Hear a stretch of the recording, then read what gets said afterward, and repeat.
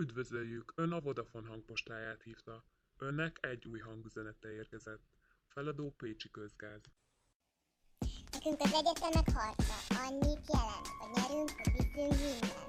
Bocs fiúk, mi csak ennyit tudunk, lufival, szánkóval fotózkodunk, parog módjára daloláztunk.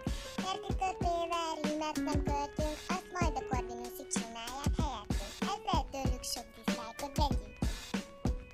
Ez itt a Pécsi Közgáz, elit alakulata, Dinnye, Marci, Andris és a Laura, de itt van még a felesereg, Kikikasú Renni meg a Kapás.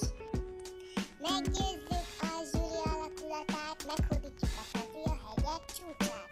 Jövőre a szigeten is ott leszünk, és ezt mind a Vodafone fizeti nekünk. Cserébe mi ezért annyit tehetünk, hogy vitamasztunk ingos harc.